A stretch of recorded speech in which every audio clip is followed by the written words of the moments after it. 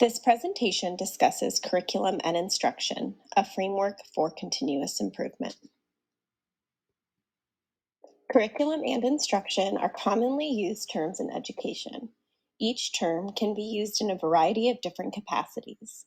In order to build a shared understanding, a definition of these commonly used terms is provided. Curriculum can be defined as a standards-aligned sequence of educational experiences where students work toward mastery of defined standards, content, and skills. It can be considered the what, where, when, why, and how of the defined educational standards. What will students need to know and learn to master a particular standard? What prior knowledge is needed to master this content? What instructional strategies will be used to deliver this knowledge? Where will the skill be placed in the sequence of curriculum to make it understandable? Where will the learning take place? When will students be ready to conceptually understand skills and content? When will the skill or content be taught? How will the skill or content be delivered and assessed? Curriculum is the means to accessing rigorous academic experiences. UNESCO's International Bureau of Education 2021 shares that instruction is the creation and implementation of purposefully developed plans for guiding the process by which learners gain knowledge and understanding and develop skills, attitudes, appreciations, and values. Instruction is frequently associated with the term curriculum and generally refers to the teaching methods and learning activities that a teacher uses to deliver the curriculum in the classroom. To ensure that curriculum and instruction are effective and supportive of students' individual needs, it should be analyzed, evaluated, and updated using a continuous cycle of improvement.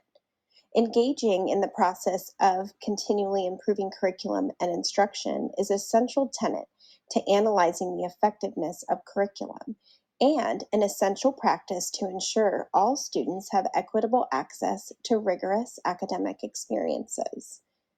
One framework for continual improvement of curriculum and instruction includes the development and design of curriculum and instruction. This is the process of creating standards-aligned lessons that include research-based best practices and assessments to support students in reaching mastery of content. The second is the implementation of curriculum and instruction, which includes the delivery of the content and implementation of pre-planned and selected strategies, scaffolds, and assessments. The third is the collection and analysis of data demonstrating the effectiveness of curriculum and instruction in supporting students in reaching mastery of the defined standards and learning intentions. This may include data from inquiry-based lessons, formative assessments that check for understanding, a project-based learning assignment, or a writing or presentation project. Last is the evaluation of the impact on teaching and learning and coming to a decision regarding how the curriculum and instruction needs to be further modified on the data and analysis. This leads back to the development and design phase where curriculum and instruction are further adjusted. These adjustments are informed by a variety of factors. There are multiple factors that may inform each phase of the continual improvement cycle. A variety of factors relating to students, teachers, the school, and district, as well as the greater community, may cause adjustments to be made in curriculum and instruction. Some factors relating to students may include personal factors and background such as culture, language proficiency level, socioeconomic level, prior education and familial experiences, students' assessed strengths and areas for growth, as well as their social, emotional, and cognitive readiness. Some factors that impact teachers may include their knowledge, skills, and abilities related to the various phases in the framework and research based instructional practices and assessments. Teachers' self efficacy or their belief in their ability to effectively perform their role as an educator.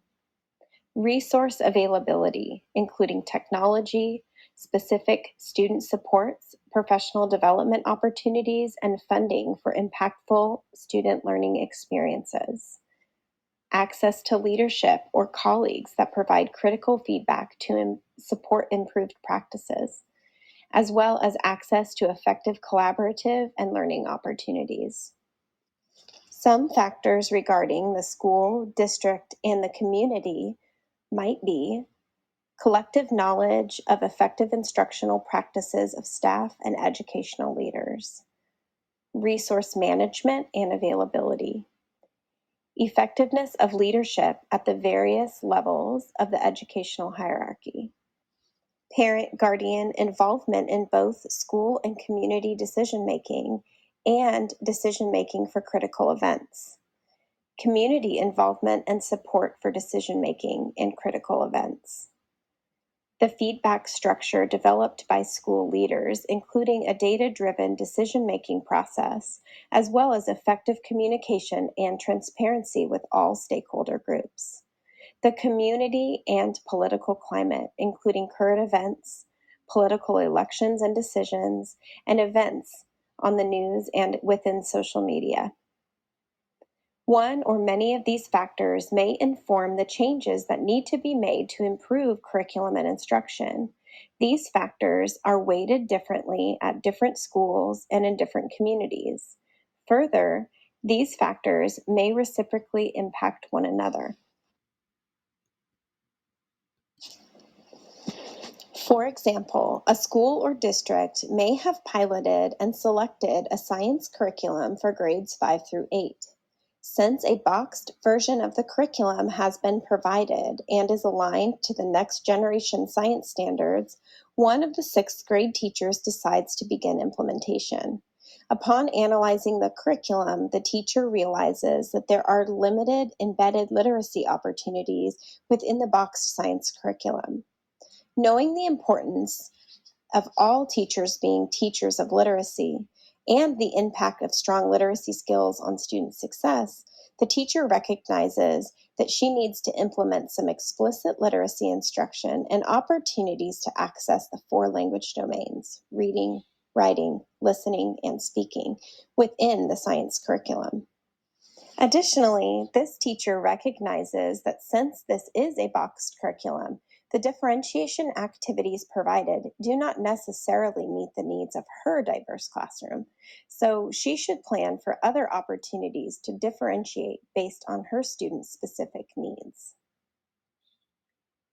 The teacher spends the weekend developing and designing so she can implement the science curriculum the next week.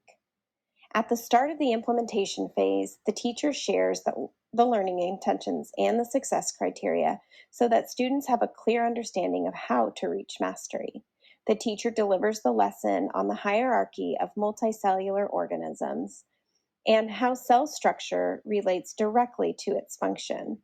Using microscopes, she has small groups make observations about different types of animal cell structure, and they work together to hypothesize how it relates to the function of the organism. After the students use inquiry to determine the structure of the cells is related to the function, the teacher assigns each small group a short reading passage where students read about one particular type of cell and become experts on its function and role within the organism. During this time, the teacher implements the explicit literacy strategy, close reading, and annotation of text to support comprehension. From there, she does a checking for understanding activity and realizes that many of her lower level readers had difficulty making the connection to the text she provided. She records this data and makes a mental note to return to it at the end of the lesson to ensure she makes the necessary adjustments. To wrap up the lesson, she asks each small group to make a 10-minute sketch/graphic demonstrating how their specific cell structure helps the cell in its job within the organism. Using her data from the day's science lesson, she realizes that she needs to include further scaffolding for her second language learners and lower level readers, including linking prior knowledge to new learning, pre teaching difficult Tier 3 vocabulary words specific to science, as well as including a scaffolded writing component during the inquiry process where students are provided structured sentence frames to support their academic language use. Using evidence from the inquiry assignment, checking for understanding, and the sketch task, she determines that these structures for support need to be further included for her specific student needs. She also wants to continue to implement other forms of differentiation, including variation in the content, product, process, and learning environment to better support her students with specific learning disabilities. However, she does not feel confident with this.